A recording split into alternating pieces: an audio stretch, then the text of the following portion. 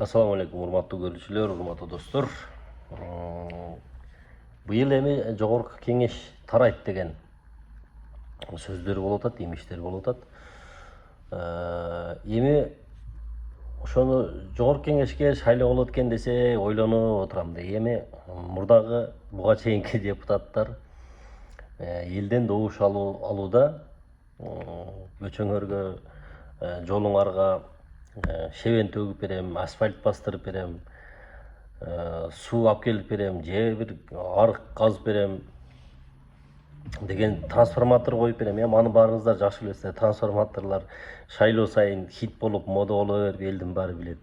Ошондой нерселерди айтып, элдин башын айлантып, элди мындайча айтканда добушту сатып алып, акчасы көптөр депутат болуп жүргөн. Ал бардыгыбызга белгилүү. Эми азыр мына бийликтин учурунда жолдор деле, лотоктор деле, ошол суулар деле, көчөлөргө шебендер деле, трансформаторлор деле иши кылып, баягы депутаттар обещание берип, кулактарга лапшаларды илген обещанияларды бүт бардыгын азыркы бийлик жасап, депутаттары жок эле жасап коюп атат да.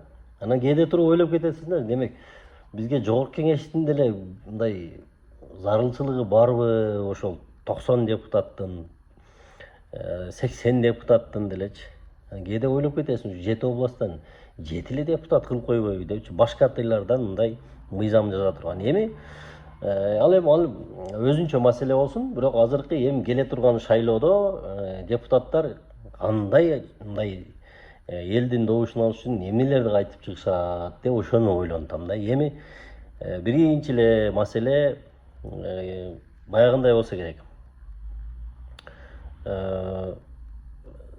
Жогоркулардан батасын алдым, дуасын алдым дегендер көбөйсө керек.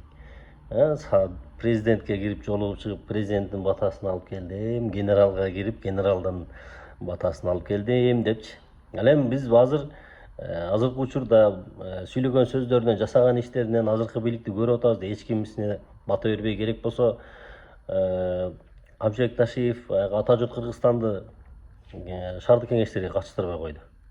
Андан кийин жогорку кеңешке деле катышпай, балким башка бирөөнүн лидерлигинде кийлигишүүсү жок катышы мүмкүн, бирок генерал деле, президент деле шайлоолорго аралашпашы мүмкүн да. Ал анык 100%.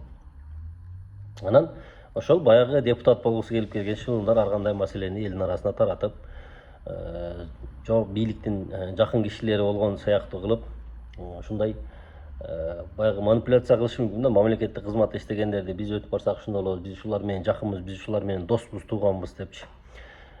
Эми эгерде андай нерселер болбосо, бийлик сөзсүз түрдө азыркы келе турган шайлоону таза өткөргөнгө аракет кылат.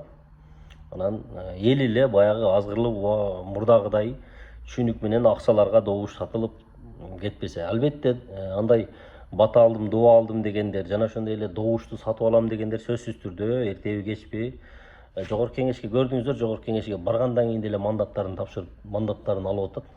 Ошондой болуп сөзсүз түрдө жооп берет деп ишенебиз. Ошондуктан азыр мына келе турган шайлоодо сөзсүз түрдө баягы мыйзамды түшүнгөн, жакшы мыйзамдарды жазган, мыйзамды талаша турган, мыйзамды тактай турган, чыныгы депутаттын милдети эмне, ошолорду билген гана адамдар келет деп ойлойм.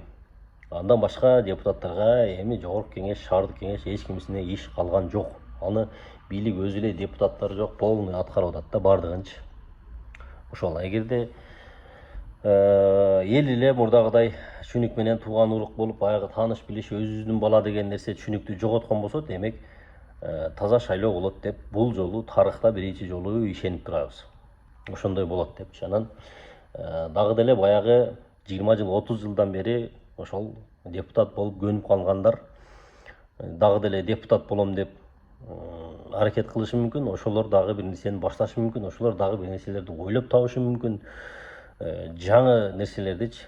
Бул эми азыртадан эле ойлонуп ачса керек, кандай кылып элдин кантип башына айланат. Биз баарыбыз билебиз да, шайлоонун башында бардыгы элге жакын болуп, ушундай керек болсо мына медиа тармактаргалар менен сүйлөшүп, карындашым, иним, агам деп мындай жакындап шайлоо күткөндөн кийин андай нерселер, окуялар аябай эле көп да.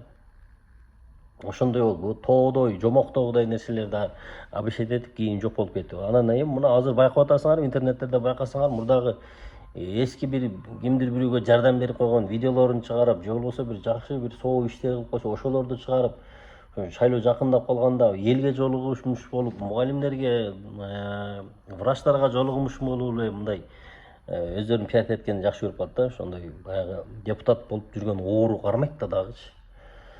Ошондуктан эми мына шайлоодо кандай иш аракеттер болот, бирок кандай болсо дагы бийлик бул жолу ошондой шылуундарга добушту сатып алам деген, мен өмүр бою мандаттуу болуп, өмүр бою ушу депутат болуп отурам дегендерге тыюу салып, ошондорду токтотуп, жаңыча барган, жаңыча күч менен иштеген депутаттарды шайлап алсак деген ойдомун достор.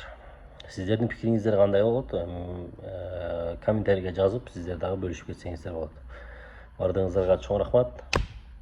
Ошол жакында шайлоо.